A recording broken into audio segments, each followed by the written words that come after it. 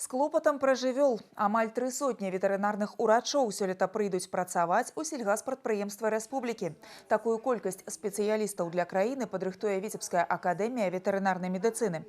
Каля 40 выпускнікоў профільнага факультэта ВНУ прыступяць да сваіх абавязкаў у пачатку вясны. Студэнты са скарочаным тэрмінам навучання знаходзяцца літаральна ў кроку ад старту кар'еры. Ім засталося толькі паспяхова здаць дзяржаўныя экзамены. Адзін практычны і два тэарэтычныя. Гэта не проста праверка ведаў, а магчымасць пацвердзіць сваю гатоўнасць лячыць жывёл. Я заканчивала Пинский государственный аграрный технологический колледж по специальности ветеринарная медицина, ветеринарный фельдшер.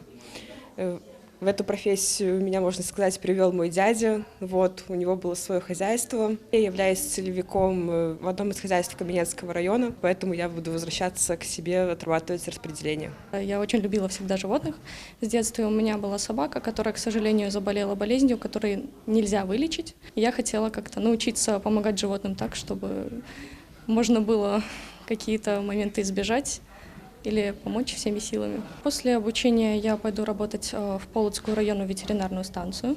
Они, в принципе, уже прошли первый этап, это сдачу практического экзамена. Там для них было достаточно легко преодолеть этот этап, потому что ребята, обучаясь в колледже, затем обучаясь в академии, очень много проходили практик, стажировок, на которых закрепили все свои теоретические знания на практике. И там ребята получили очень высокие достаточно оценки, ниже 7 не получили.